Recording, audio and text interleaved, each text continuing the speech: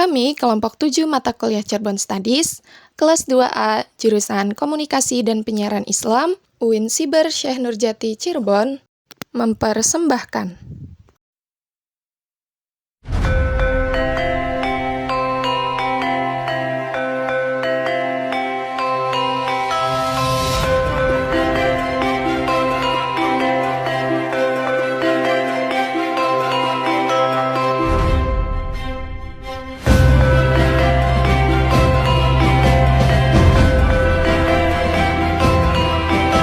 Cirebon, sebuah kota di pesisir utara Pulau Jawa. Kota ini bukan sekedar titik singgah bagi para pendatang dari berbagai penjuru dunia. Di balik hiruk-pikuk pasarnya, berdiri sebuah saksi bisu sejarah panjang syiar Islam dan diplomasi budaya Nusantara, yaitu Keraton Kanoman.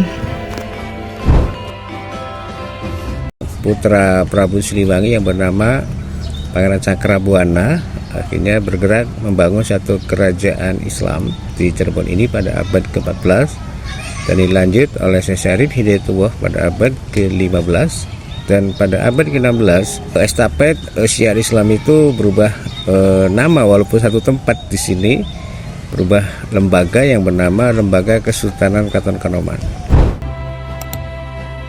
Berdiri pada abad ke-16 sampai ke-17 Masehi, keraton ini adalah hasil dari sebuah dinamika politik dan kekeluargaan yang rumit. Bangunan yang kokoh di sini menjadi saksi bisu atas kejayaan Keraton Kanoman ini. Jika tembok-tembok putih ini bisa berbicara, mereka akan menceritakan kisah tentang pembagian kekuasaan yang damai, perlawanan terhadap kolonialisme, hingga pelestarian tradisi yang tak lekang oleh zaman. Di masa penjajahan kolonial Belanda yang selalu ingin menguasai, para Sultan Kanoman justru berusaha mempertahankan kedaulatan adat dan agama. Di masa itu, Belanda mencoba melakukan intervensi dalam pengangkatan sultan dan administrasi wilayah. Namun, Keraton Kanoman tetap menjadi simbol identitas bangsa yang menolak untuk tunduk sepenuhnya kepada kehendak VOC maupun pemerintah Hindia Belanda. Hal ini membuat Keraton Kanoman memiliki posisi terhormat sebagai penjaga marwah budaya di mata masyarakat. Sejarah Keraton Kanoman ini tak bisa dilepaskan dari sosok besar, yaitu Sunan Gunung Jati atau Syarif Hidayatullah. Namun, berdirinya Keraton Kanoman secara spesifik terjadi pada tahun 1678 Masehi. Awalnya, Kesultanan Cirebon adalah satu kesatuan. Namun, setelah wafatnya Panembahan Ratu II atau Pangeran Girilaya yang sempat ditahan oleh Kerajaan Mataram, terjadi kekosongan kekuasaan. Atas mediasi dari Sultan Ageng Tirtayasa dari Banten, maka wilayah Cirebon dibagi menjadi dua untuk menghindari perselisihan saudara sekandung. Pangeran mahkota tertua, yaitu Pangeran Martawijaya, naik tahta sebagai Sultan Sepuh I di Keraton Kasepuhan. Sementara adiknya, Pangeran Kartawijaya, dinobatkan sebagai Sultan Anom I dan mendirikan Keraton Kanoman. Nama Keraton Kanoman ini sendiri berasal dari kata Anom yang berarti muda. Nama ini merujuk pada garis keturunan adik atau sultan yang lebih muda.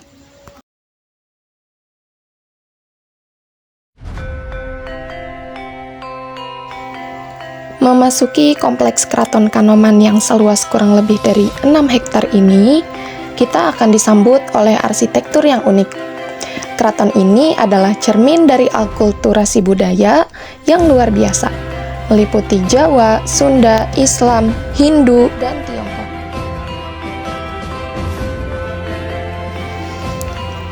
Salah satu ciri khas Keraton Kanoman ini adalah dinding-dinding yang dihiasi piring porselen asli Tiongkok. Ini adalah jejak sejarah dari pernikahan Sunan Gunung Jati dengan Putri Ong Tinio yang membawa pengaruh seni oriental ke dalam estetika arsitektur keraton. Filosofi tata ruangnya pun mendalam. Setiap gerbang dan pintu memiliki makna spiritual tentang perjalanan manusia menuju Sang Pencipta. Kekayaan Kanoman tidak hanya terletak pada bangunannya, tetapi juga pada benda-benda pusaka yang disimpan di Museum Keraton. Di komplek Keraton Kanoman ini, di antara bangunan-bangunan yang sudah berdiri sejak zaman dahulu, ada bangunan yang baru dibangun akhir-akhir ini, salah satunya yaitu Museum Keraton Kanoman.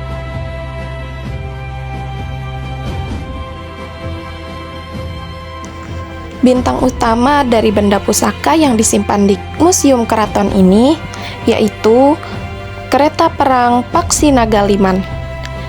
Mahakarya ini merupakan gabungan 3 makhluk mitologi, yaitu Paksi atau burung, Naga, dan Liman atau yang biasa kita kenal dengan sebutan hewan gajah.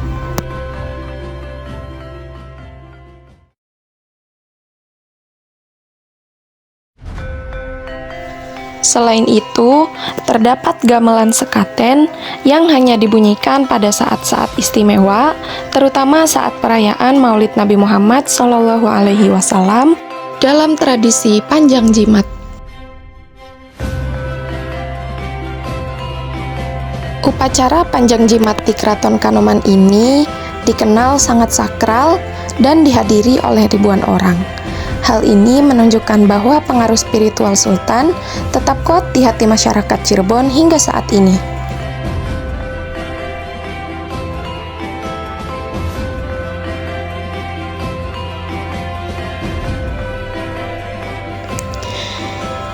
Meskipun kekuasaan politik secara administratif di Keraton Kanoman ini sudah tidak ada, namun kekuasaan budayanya tetap hidup. Keraton Kanoman terus beradaptasi tanpa kehilangan jati diri. Kanoman bukan sekedar museum yang mati. Ia adalah kehidupan yang bernapas melalui doa-doa di masjidnya, melalui bunyi gamelannya, dan melalui pasar yang ramai di depannya. Menjaga Kanoman berarti menjaga potongan penting dari sejarah Nusantara. Sebagai generasi muda, tugas kita bukan hanya menjadi penonton, tetapi memahami bahwa dari sinilah akar identitas kita bermula.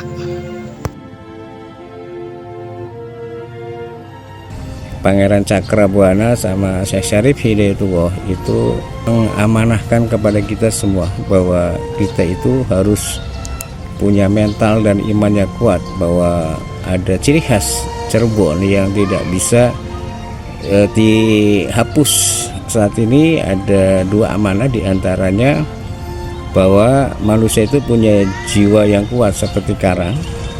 Makanya ada batu karang di Cirebon ini adalah sebuah amanah dari Pangeran Cakrabuana, dan ada motif batik atau ukiran Megamendung. Itu amanah dari Syekh Syarif Hidayatullah, bahwa kita harus bisa melindungi diri kita, keimanan kita, masa depan kita, dan keselamatan di dunia dan di akhiratnya itu dilindungi oleh diri kita sendiri. Itu makna daripada Megamendung, melindungi itu.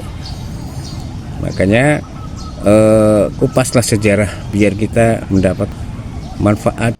Manusia harus terbentuk punya moto dan punya dasar dan punya motivasi yang sangat berpengaruh terhadap masa depan kita untuk keselamatan di dunia dan di akhiratnya.